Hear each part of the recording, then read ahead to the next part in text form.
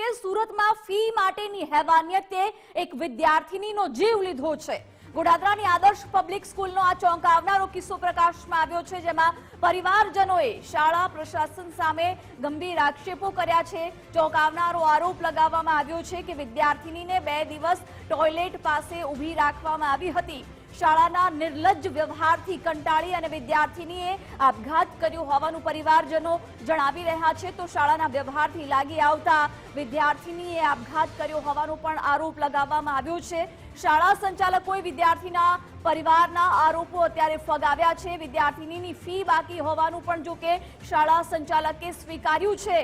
તપાસ માટે CCTV footage આપવામાં પણ શાળા દ્વારા ગલ્લાતલ્લા કરવામાં આવી રહ્યા છે। જો કોઈ વાંકમાં નથી તો પછી સીસીટીવી ફૂટેજ આપવામાં આનાકાની કેમ કરવામાં આવી રહી છે? આ સવાલ અહીં ઊભો થઈ રહ્યો છે। એવું તો શું છુપાયેલું છે સીસીટીવી ફૂટેજમાં કે જે શાળા દ્વારા આપવામાં આનાકાની કરવામાં આવી રહી છે? પરિવારજનો દ્વારા શાળા પર આક્ષેપો કરવામાં આવ્યા છે કે તેની સાથે નિર્લજ્જ વ્યવહાર કરવામાં આવ્યો હતો, જેનું ખોટું લાગી આવતા વિદ્યાર્થીનીએ આપઘાત કર્યો છે।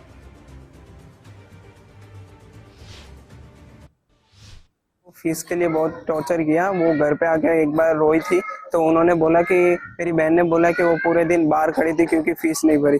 तो मेरी मम्मी पापा ने बात की थी स्कूल में फ़ोन लगाकर, तो वो बोलते हैं कि आप जब फीस भरोगे तभी आपको स्कूल में बैठाएंगे। मेरी बहन को ऐसा बोला।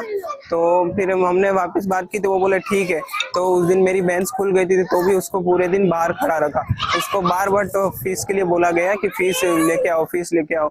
मेरी बहन घर पे आके रोती थी तो हमने वापस पूछा तो वो बोली कि उस दिन भी हमने जो बात की थी उसके बाद भी वो बाहर खड़ी रही। तो फिर मैं मम्मी पापा ने बात की तो भी वो कुछ माने नहीं। तो मैं मम्मी पापा ने बोला 3-4 दिन में फीस भर देंगे, उसके बाद भेज देंगे। तो भी मेरी बहन स्कूल गई तो भी वो लोग नहीं माने, उसको बाहर खड़ा रखा। तो भी वो रो रही थी घर पे आके। तो फिर मेरी मम्मी नीचे बैठी थी, हमारे किराना स्टोर दुकान है, तो मेरी मम्मी नीचे बैठी थी और मैं पापा सर्विस के लिए बाहर कहीं काम पे जाते हैं। तो फिर मेरी मम्मी नीचे थी तो मेरी बहन को कुछ काम के लिए ऊपर भेजा था, तो वो दरवाजा नहीं खोल रही थी। तो फिर मेरी मम्मी ऊपर दौड़ कर गई कि क्या हुआ। तो दरवाजा तोड़ा मेरी मम्मी ने। फिर देखा तो उसने ऐसा कदम उठा लिया। સાહેબ આ વાત એકદમ સાવ ખોટી છે। અમે છોકરાઓને અમારી સ્કૂલ આ સુધી જ્યાંથી ચાલે છે ને ત્યાં સુધી અમે છોકરાઓને જાણ નથી કરી કે તમારી ફી કેટલી બાકી છે અને કેટલી આવી ગઈ છે। આ અમે ડાયરેક્ટ વાલી હારે જ કોન્ટેક્ટમાં છીએ। વાલીને અમે ફોન કરી દઈએ કે પછી મેસેજ દ્વારા જાણકારી કરીએ। ફીસનો આ બાબત એકદમ હાવ ખોટો આક્ષેપ લગાવે છે સર। પરંતુ વિદ્યાર્થીનીને શાળાની બહાર ઊભી રાખવામાં આવી હતી, જાતે પરિવારજનોએ કહ્યું છે। તો આ સાહેબ ખોટી વાત છે। અમે છોકરાઓને તો 110% છોકરાઓને એક્ઝામ છોકરાઓને જવાબદાર નથી માનતા કે ફી તમારી બાકી હશે। તો આમ છોકરાઓનું શું વાંકું હોય? આમાં માનો વાલી ફી નથી ભરી શકતા। માનો કે આપણે એડમિશન કરાવવા આવ્યો હોય ત્યારે આપણે વાત થઈ કે ભાઈ આપણે એટલી ફીસ છે, આપણે આખા વર્ષમાં એટલી ફી પૂરી કરવાની છે। તો અમે છોકરાને શું આમ વાંક આવે? છોકરાને કોઈ લેવા દેવા નહીં હોય ને ફીસનું। આનું અમારે ભણતર આપવાનું આવ્યું ખાલી। આ વાત અલગ છે સાહેબ, કોઈ બીજું મેટર બન્યું હશે કદાચ, લેકિન અમારા સ્કૂલમાં એવું કોઈ ફીસ માટે તમે ચાલુ ક્લાસમાં જઈને પૂછી આવશો કે તમારા ફીસ માટે છોકરાઓને તમને કોઈ દિવસ શિક્ષક, સંચાલક યા પ્રિન્સિપલ ગમે તમને કોઈ જાણ કરી શકે કોઈ દિવસ? એવું ક્યારે નહીં બને સાહેબ। વિદ્યાર્થીની ફી બાકી હતી કે નહોતી બાકી?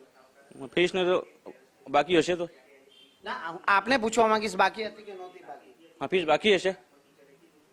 વિદ્યાર્થીની ફી બાકી હતી કે નહોતી બાકી?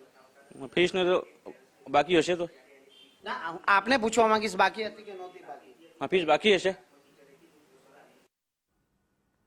સુરતમાં વિદ્યાર્થીનીના આપઘાત કેસમાં તપાસનો ધમધમાટ શરૂ કરી દેવામાં આવ્યો છે। જિલ્લા શિક્ષણ અધિકારીની ટીમ આદર્શ પબ્લિક સ્કૂલમાં પહોંચી હતી। સીસીટીવી ફૂટેજ જાહેર કરવામાં શાળા સંચાલકો દ્વારા ગોળ જવાબ આપવામાં આવી રહ્યો છે। તો ગોડાદરા પોલીસની ટીમ પણ આદર્શ પબ્લિક શાળામાં પહોંચી છે, જ્યાં મહિલા અધિકારીએ વિદ્યાર્થીઓના લેખિતમાં સ્ટેટમેન્ટ પણ લીધા છે। વિદ્યાર્થીની સાથે ક્લાસમાં બેસતા અન્ય વિદ્યાર્થીઓની પણ પૂછપરછ કરવામાં આવી છે। પોલીસ દ્વારા સીસીટીવી ફૂટેજ અને સાથે જ વિદ્યાર્થીઓના નિવેદનને લઈને પરિવારનું નિવેદન પણ લેવામાં આવશે અને તપાસ કરવામાં આવી રહી છે।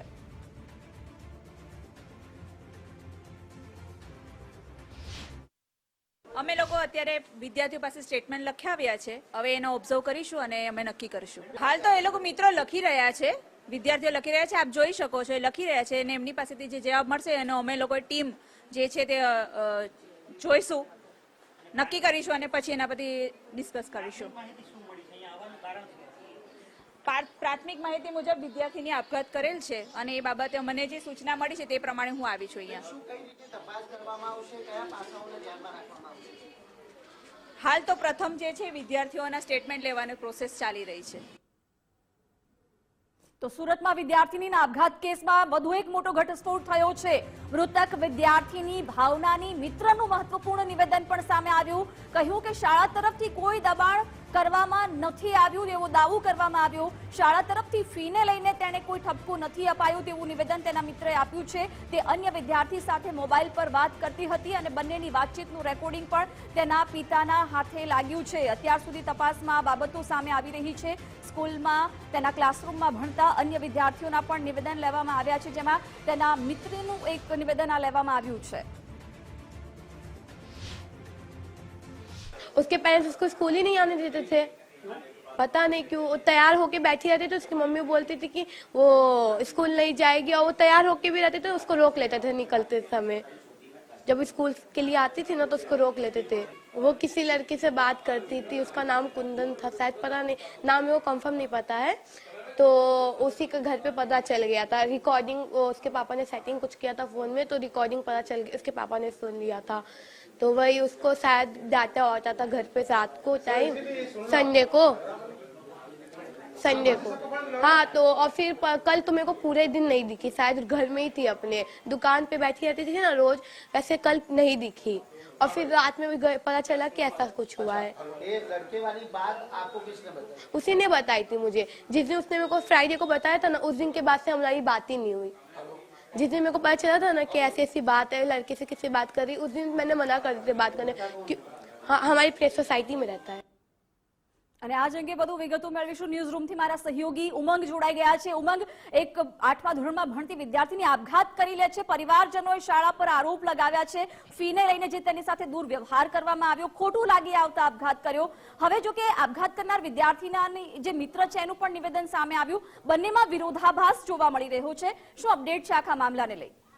પહેલા તો શિક્ષણના નામે આ સંસ્થાઓ જે ખુલી છે ખુલ્લે આમ છે ધંધો અને વેપાર કરી રહી છે, અને વેપાર કરી રહી છે એનાથી સરકાર પણ વિદિત છે, એનાથી શિક્ષણ મંત્રી પણ વિદિત છે. જે એફઆરસીના નિયમો એના કરતા પણ ફી કેટલી બધી એવી સ્કૂલો છે કે જે ફી વધારે લઈ રહી છે. આ પહેલો એવો કિસ્સો નથી સુરતની અંદર કે ફી માટે કોઈ વિદ્યાર્થી અથવા તો વિદ્યાર્થીને હેરાન કરવામાં. ભૂતકાળમાં અનેક એવા કિસ્સાઓ આવ્યા છે કે જ્યાં આગળ એમની પેઢી પ્રમાણે જે પણ ફી નક્કી થઈ હોય એ ફી તમે જો નહીં આપો તો તમને પરીક્ષામાં નહીં બેસવા દઈએ, તમને બહાર ઉભા રાખીશું. ઘણા બધા દાખલા સામે આવ્યા છે. પરંતુ આ સુરતની અંદર જે આક્ષેપ કરવામાં આવ્યો છે પરિવાર થકી કે જે દીકરી હતી અને બાથરૂમ પાસે 2 દિવસ સુધી ઊભી રાખવામાં આવી, એને ફી નથી ભરી એટલા માટે એને ટોર્ચર કરવામાં આવતી હતી, એટલા માટે જ એને છે આત્મહત્યા કરી લીધી. એ પ્રકારનું પગલું ભરી લીધું કે ફી માટે પોતાનું જીવન ટૂંકાવી દીધું કે જે હજી તો જીવવાની જેણે શરૂઆત કરી હતી દીકરીએ, ત્યારે પ્રશ્નાર્થ એ થાય છે ત્યાંના શાસન અધિકારી ઉપર એ પ્રશ્ન થાય, ત્યાંના ડીઈઓ ઉપર એટલે કે જિલ્લા શિક્ષણ અધિકારી ઉપર એ પ્રશ્ન થાય કે સાહેબ પહેલા તો એ વાત જાણી લો કે એફઆરસીના નિયમ પ્રમાણે આ સ્કૂલે ફી લેતી હતી કે કેમ, અને જો આ પ્રકારે દબાણો કરવામાં આવતી હતી તો તમારે પણ ક્યાંક ને ક્યાંક એ તપાસ કરવાની થાય છે. તમારે પણ સમયાંતરે કોઈ પણ સ્કૂલોમાં જોઈને વિદ્યાર્થીઓ પાસે જઈ અને સ્કૂલ કયા પ્રકારનો વ્યવહાર કરી રહી છે એ પણ તપાસવાનો વિષય તમારો છે, અને તમે નથી કર્યું. એટલા માટે આ સ્કૂલ સંચાલકો તો જવાબદાર છે જ, પરંતુ અધિકારીઓ પણ જવાબદાર છે કે જે સમયાંતરે સ્કૂલ ઉપર નથી જતા, વિદ્યાર્થીઓ સાથે વાત નથી કરતા, અને ફીને બાબતે લઈને જો આવું ટોર્ચરિંગ થતું હોય તો સ્કૂલ અત્યારે જે ગલ્લા તલ્લા કરી રહી છે. આપણા જે સંવાદદાતા હતા રાકેશ બ્રહ્મભટ્ટ, એમણે 2 વખત એમને પૂછ્યું કે સાહેબ ફી બાકી હતી, હશેની વાત હતી, એટલે જોને તોમાં વાત કરી રહ્યા છે સંચાલકોને. બીજી મહત્વની વાત કે જો સ્કૂલ પ્રશાસન સાચું છે તો પછી સીસીટીવી આપવામાં એમને વાંધો શું છે, અને જો સ્કૂલ પ્રશાસન સાચું છે તો ખુલ્લીને કેમ એવું નથી કીધું કે આ રહ્યા સીસીટીવી અને આ રહ્યો આ સમય, આ દિવસ, એક પણ દિવસ અમે દીકરીને બહાર નથી ઉભી રાખી, અને એટલા માટે કઈ નહીં શકે કારણ કે ક્યાંક ને ક્યાંક એ પણ ક્યાંક વાંકમાં છે. ભલે બીજી એક દીકરી આવીને કહી જતી હોય કે 100 ઘટના બની હતી, દીકરી છે કોઈની સાથે વાત કરતી હતી, આ બધા ક્યાંક એવું પણ બની શકે કે આ જે સ્કૂલ છે દીકરીને પણ ફોર્સ કરવામાં આવ્યો હોય. અત્યારે ભલે તપાસ કમિટી ત્યાં પહોંચી હોય, વિદ્યાર્થીઓ પાસે પત્ર લખાવતી હોય, એ પણ અપેક્ષા રાખીએ કે પત્રમાં જે પણ વિદ્યાર્થીઓ લખે એ જ આધારે તપાસ થવી જોઈએ અને આ સ્કૂલને તાળા વાગવા જોઈએ, કારણ કે આમાંથી એક વિદ્યાર્થીએ પોતાનો જીવ ગુમાવ્યો છે. અને આક્ષેપ નાનો એવો નથી, આક્ષેપ ખૂબ મોટો છે કે ફી ન ભરવાના કારણે દીકરીને બહાર ઉભી રાખવી અને દીકરીએ જીવન ટૂંકાવી દીધું. ત્યારે આમાં સહેજ પણ મોડું ન થવું જોઈએ, કોઈ પણ પ્રકારે ઢીલાસ ન રાખવી જોઈએ તંત્રએ, અને એમાં તાબડતોબ જે પણ ટીમો પોલીસ હોય, ત્યાંના શાસન અધિકારી હોય કે ત્યાંના જિલ્લા શિક્ષણ અધિકારીઓ તમામે ત્યાં પહોંચી અને તરત તાત્કાલિક નિર્ણય લાવવો જોઈએ. અને સીસીટીવી જો સ્કૂલવાળા ન બતાવતો તો સીધો જ એમનો જે આરોપ જે એમના ઉપર મૂકવામાં આવ્યો છે સિદ્ધ થતો દેખાઈ રહ્યો છે. એના કારણે જ ક્યાંક સીસીટીવી ન બતાવતા હોય, જો એ સાચા હોય તો સીસીટીવી બતાવી દે તો આજે તમામ જે ઘટના બની છે એના ઉપર પૂર્ણ વિરામ લાગી જાય. પરંતુ આ સ્કૂલ નહીં બતાવે, ક્યાંક ને ક્યાંક એક વાંકમાં છે, અને વાંકમાં છે એટલા માટે જ વિદ્યાર્થીના પરિવારજનોએ જે આક્ષેપ કર્યા છે, આક્ષેપના આધારે જ્યારે દીકરીએ જીવન ટૂંકાવી લીધું છે, આ શિક્ષણ જગતની અંદર આ સંચાલકો જે પ્રાઇવેટ સ્કૂલોને ધંધો ખોલીને બેઠા છે, એમના માટે કલંકરૂપ કિસ્સો આનાથી વિશેષ કંઈ ન હોઈ શકે. અને એના માટે જ પહેલેથી કહેતા આવ્યા છે અને હજી પણ કહે છે કે શિક્ષણના નામે જે હાટડીઓ ધમધમી રહી છે એના ઉપર લગામ લાગવી એ ખૂબ જ જરૂરી છે. જય જિજ્ઞાસા. બિલકુલ ઉમંગ, આભાર જાણકારી માટે. તો સીસીટીવીમાં જે પ્રકારે કોઈક રહસ્ય છુપાયેલું હોઈ શકે છે, કારણ કે એટલા માટે જ શાળા દ્વારા આ સીસીટીવી આપવામાં ગલ્લા તલ્લા કરવામાં આવી રહ્યા છે. અને જો એવું નથી તો પછી શાળા દ્વારા કેમ સીસીટીવી ફૂટેજ આપવામાં નથી આવી રહ્યા? પરિવારજનો દ્વારા જે આરોપ લગાવવામાં આવ્યો છે કે વિદ્યાર્થીનીને 2 દિવસ સુધી શાળાની બહાર ઊભી રાખવામાં આવી હતી અને ખોટું લાગવાને કારણે આ પગલું ભર્યું છે.